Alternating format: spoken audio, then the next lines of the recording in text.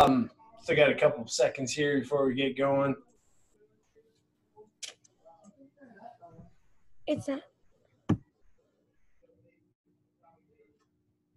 All right, we'll see if we get a couple more people logged in. How about the Fish family? Did you guys have a good Thanksgiving? Yes, sir. Awesome. Did anybody have any unique Thanksgiving dinner dishes? Something that normally we not on the had menu? salmon for my mommy because she can't eat any other meats. Ah, She can't Yeah. eat turkey. you had salmon for Thanksgiving dinner. That's cool, and turkey. At least you got both.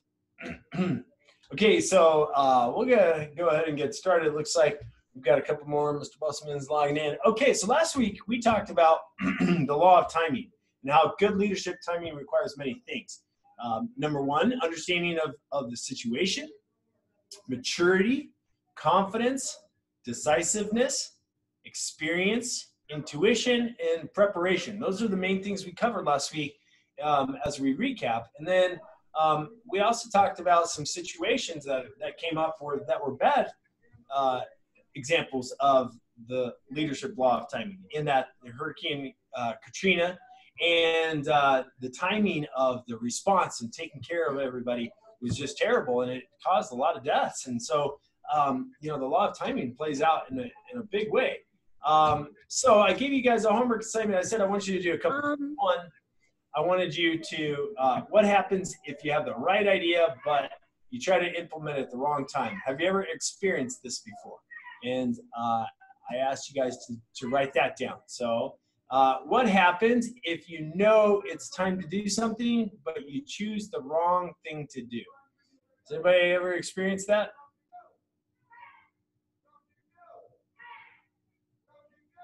Okay, and what about your favorite action movie? I said take some notes on how the law of timing played out in the role of success and failure.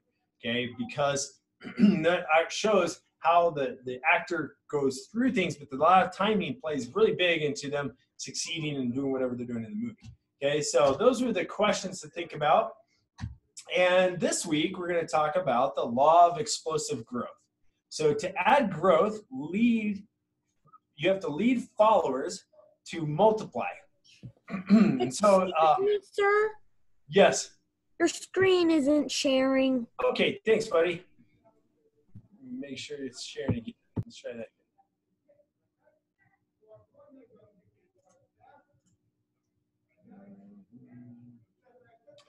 1 second, everybody. Sorry, found some glitches with the doesn't want to share.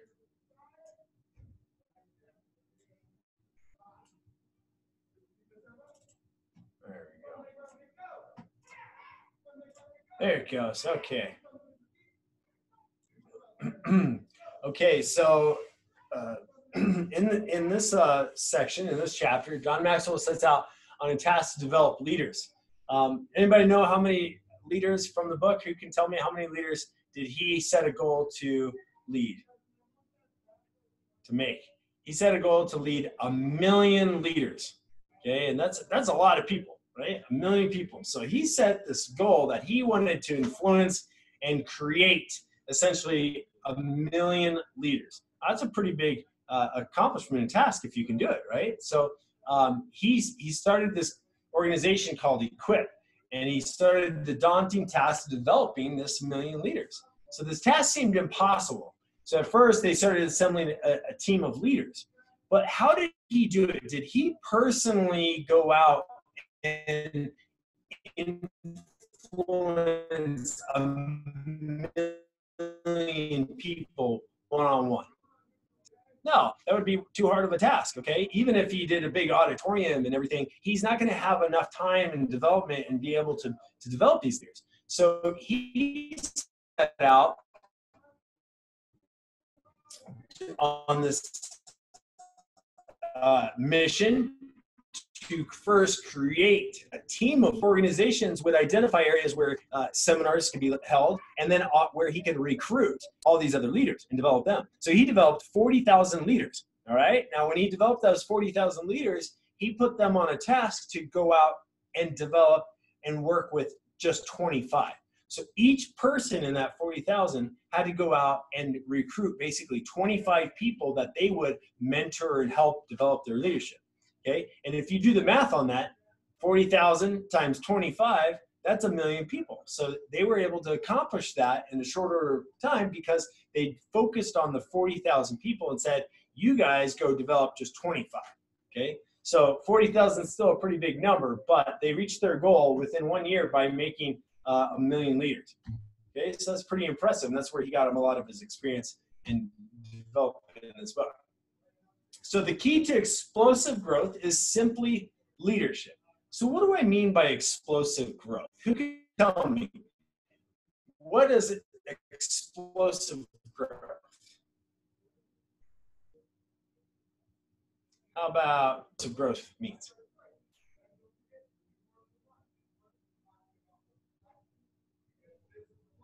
I think explosive growth means that like a bunch of people are learning new things at like one time, and they are getting really good at it in a fast period of time. Okay, good. What does it mean to you, Mr. Fudge? What does explosive growth mean to you? Explosive growth means explosive is a lot and about at the same time very fast and very much growth. And it gets bigger every time it happens. Good. Okay, so that was a good way to say it. So when we say explosive, it's not like it's slowly developing. It's whatever you're trying to accomplish grows so fast and it explodes where it's not even constant. It just goes. Okay, and that's something that great leadership requires. So if you develop yourself, you can experience personal success. So in the book, he talks about one of the ways you develop as a leader is you have to first develop yourself. Okay, a lot of us are still in this mode. A lot of us are still in this stage. Okay, you're developing yourself. You're learning leadership principles like we're reading in this book, and those principles are going to make you succeed personally. Okay, now if you develop a team, your organization can experience growth. You can start to grow. So what do I mean by a team? Well, let's think about just from the standpoint of ripple effect in our team here, okay? When I first started the school, we had just a couple students, right?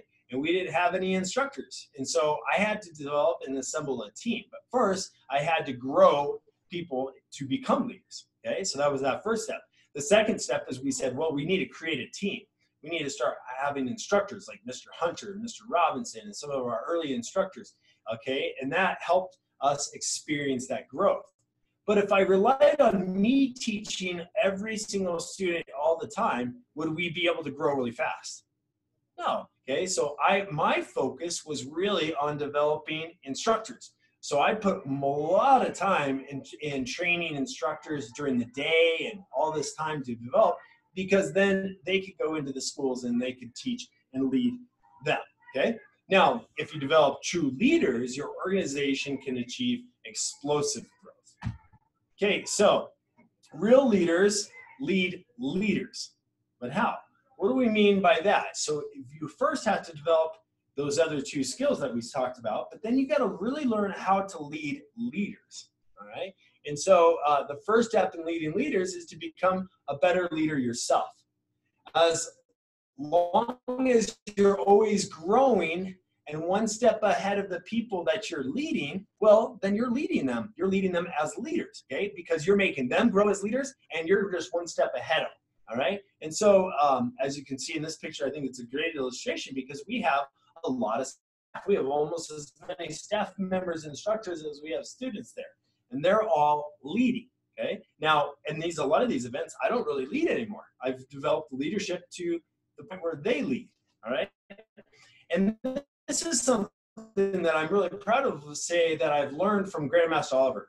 Grandmaster Oliver, if you guys don't know, he's my instructor, and every week I get on meetings with him. So I'm still learning. He's still leading me. Every week I meet with him twice a week in a big group of master instructors, and we talk about how to be better leaders. in how when he started his first school, which is one of the ones I started at, he in 18 months, he came all the way out from Washington, D.C. He didn't know anybody. And he started a school, and he continued exploding, and he had 6 schools in 18 months. Okay, and if you can imagine that, that's thousands of people in just 18 months, a year and a half. Okay, and we've had very good growth, but nothing nearly as explosive as that. Okay, and the way he did that, he developed us as leaders. He put all of his attention not in teaching the students, but in developing instructors. He had lots of instructors that he developed personally to lead. Okay, now is that example of that law of explosive growth? Yeah, he led leaders. Okay, so real leaders lead leaders. Well, but the big thing is how? How do you lead leaders?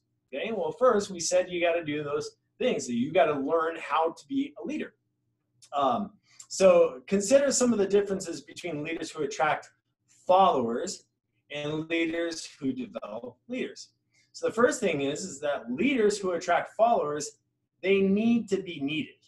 We've talked about this in some of the other laws, but it's that almost like they're scared of teaching other people because they don't want to lose their job or they don't want to be replaced. Okay, but a true leader knows that the only way they can grow in a company or just even in the karate school is they have to make other people better. Okay, and that's a big part of leadership. So leaders who attract followers, well, they have people that they need to be needed. But leaders who attract leaders want to be succeeded. What do I mean by succeeded?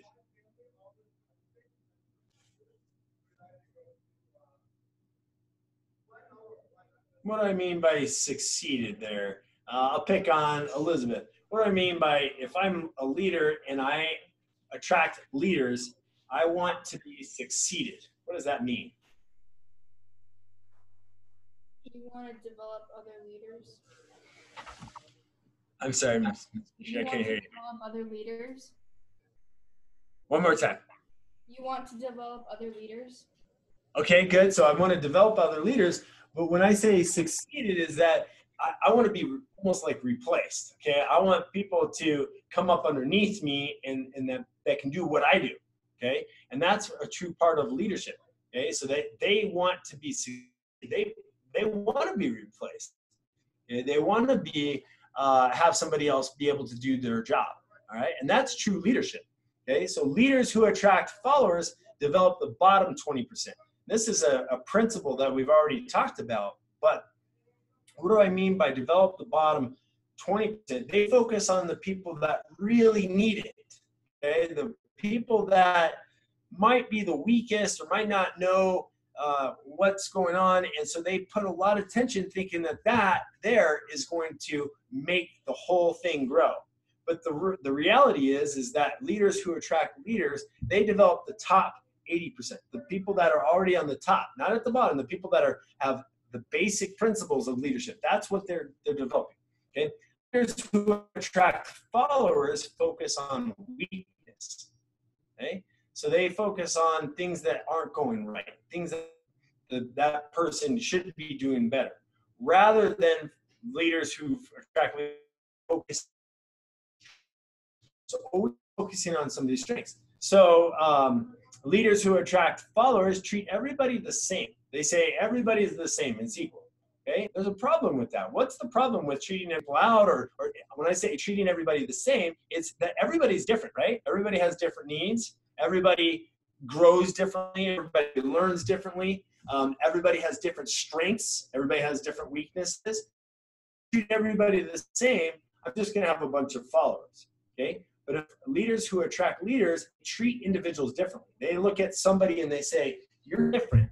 I'm going to focus on your differences." Okay, leaders who attract followers spend time with others, whereas leaders who attract leaders invest time in others. They train them. They spend time making them better. Okay, and then leaders who attract followers grow by addition, whereas leaders who attract leaders grow by multiplication. Who can tell me what I mean by that? Leaders that attract followers grow slower than leaders that attract leaders. That's exactly right. Good. So Carter, you're saying that they grow slower, but a lot of the times it's really just because we're focusing on one individual, or we're focusing on just adding one person. Whereas if I teach somebody how to teach somebody else, they can teach more people. Okay, and that makes my job easier. And so that's how you grow, by multiplication. Okay, and then leaders who attract followers impact only people they touch, the people that they're interacting with on a daily basis. Okay, whereas leaders who attract leaders impact people far beyond their reach. Does anybody know, I've talked about it in our goals. Our mission in Ripple Effect is, when I set it out and I said we wanted to create leaders, we wanted to impact people's lives, I set a goal that I said I wanted to impact 10,000 people. That was my personal goal. I said I want to impact 10,000 people. All right. And for a lot of you guys might not know where we're at right now, but we've impacted probably around 1,500 people. So we're not quite there, but we're getting it. Okay. Now, with that, we I was thinking about a movie. This wasn't in the book, but who's ever seen Pay It Forward, the movie Pay It Forward? Yeah, great movie, because it kind of goes off the same principle of this idea. And this is a true story of this kid that came up with this idea. It was like a project. It was a social studies project. And basically he said, well, I'm going to pick 3 people, and I'm going to focus on 3 people that I can help. And those 3 people are going to focus on 3 people. And those 3, that if this is the 3 that he immediately affected, that spreads throughout, and he affected a lot more people. And in the book, or in the movie, he, the story came out where people across the United States had experienced this act of kindness that he called Pay It Forward. Okay, and it multiplied. So I thought it was a pretty good idea, and that's kind of the same principle of the law of multiplication, in that if I can focus on 3 people that I can help. So the question really is, are there 3 people that you can really pour a lot of energy in, that is going to be able to then pour energy into anybody else, and you can develop those leaders, okay? Now, as a student in the school, you might not be at that stage yet, and that's okay.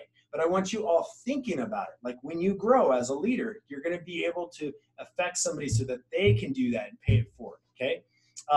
When you earn your black belt, you have to go through that hero project, okay? That, again, kind of is part of the reason I created that hero project, is that I wanted it to show that that one leader could affect somebody else, and that person hopefully will affect 1 or 2 other people, and then on and so forth. And so it becomes that ripple effect, all right? So that's that law of multiplication. So the challenge of leading leaders is 3 things. Number 1, leaders are also hard to gather, and then leaders are hard to keep. So how many people do you know who are really good leaders? Does anybody know who a really good leader is? Somebody name some good leaders. I think Mommy is a good leader. Okay, good, Carter. Think your mom's a good leader. Anybody else? Give me some examples. Caden's pointing at his dad, I think.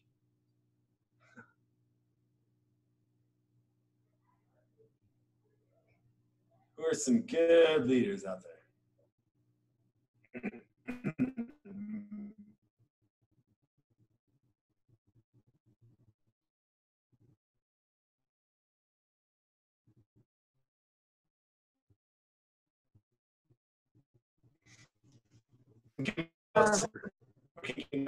My mom and my dad, they're both, I think, great leaders, and they help me get stuff by leading.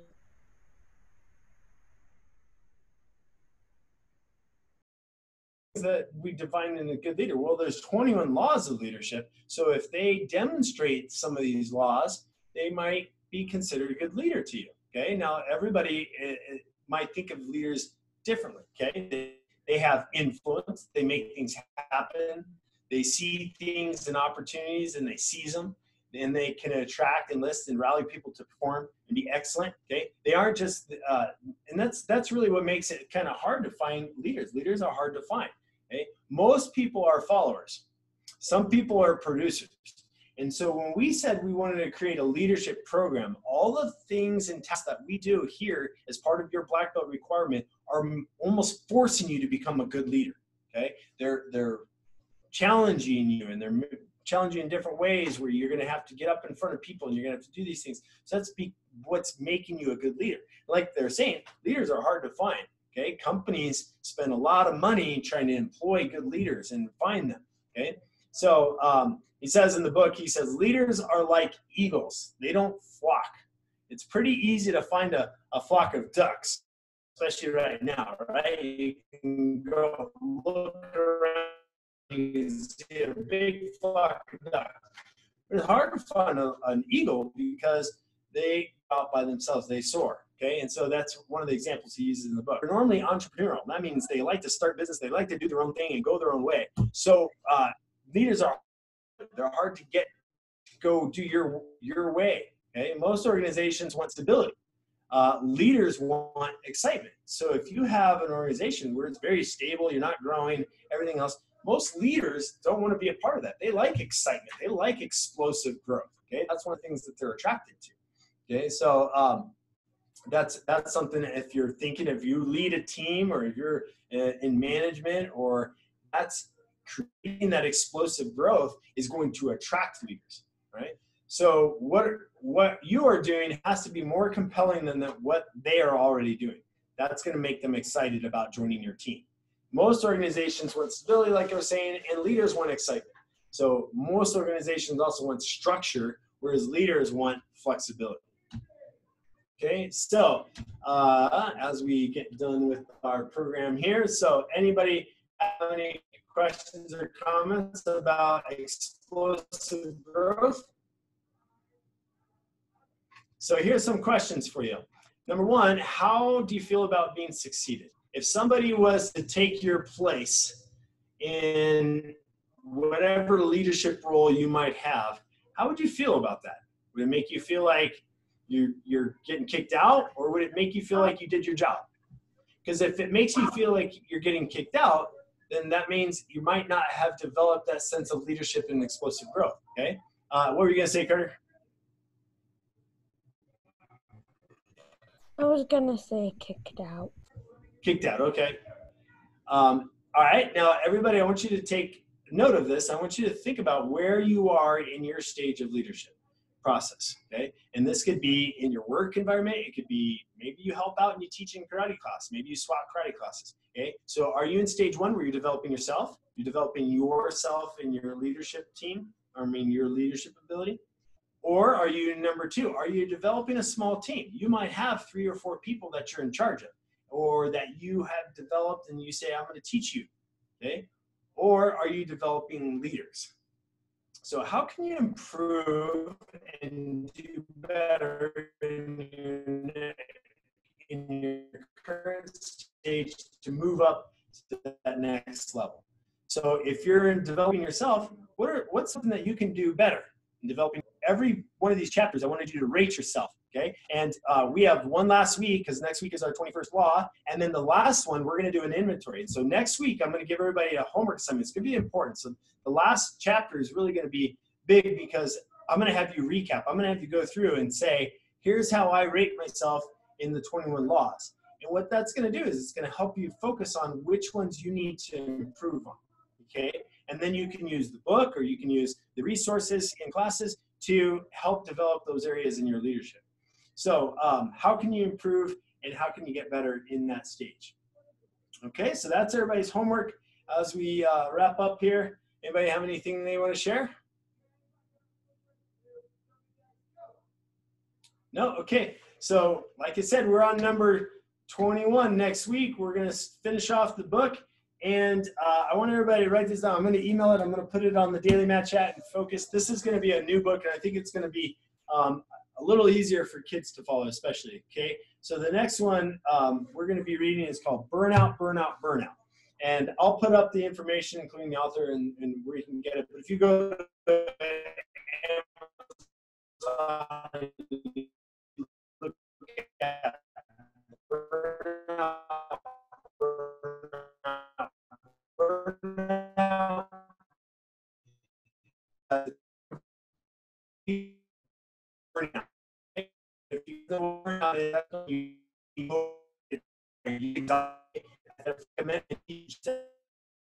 I think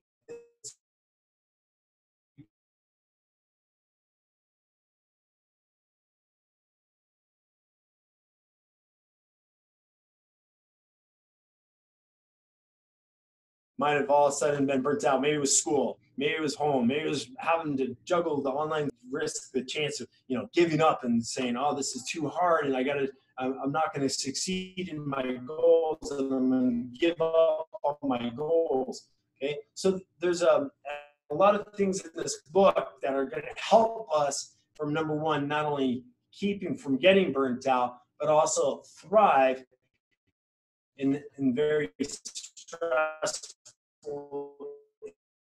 and different situations. Okay, so that's going to be, I think, a great book. We are going to start that in January.